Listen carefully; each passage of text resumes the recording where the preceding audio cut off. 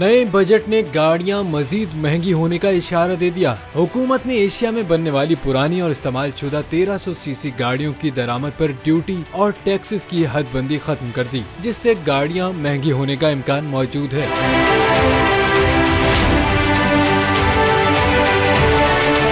वफाकी काबीना से मंजूरी के बाद नए माली साल का बजट पेश किया गया। वजीर खजाना इसहाक डार का कहना था कि एशिया में बनने वाली पुरानी और इस्तेमाल शुदा 1800 सीसी तक की गाड़ियों की दरामद पर 2005 में ड्यूटीज और टैक्सेस को महदूद कर दिया गया था। उन्होंने बताया कि अब 1300 सीसी ऊपर की गाड़ियों के ड्यूटी और टैक्सेस की हदबंदी खत्म की जा रही है। वाज़ेह रहे कि ड्यूटी और टैक्सेस की हदबंदी खत्म होने के बाद गाड़ियाँ महंगी होने का इम्कान बढ़ जाता है।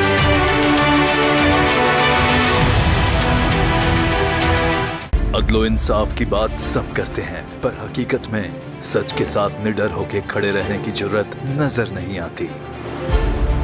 बोल ने तश्कील दी 10 कोर्ट रिपोर्टर्स की टीम, जो केस की बेस तक जा पहुंचे।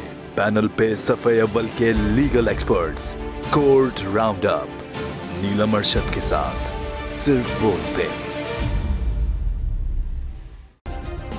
सब्सक्राइब करें और बेल दबाएं ताकि कोई खबर रह न जाए।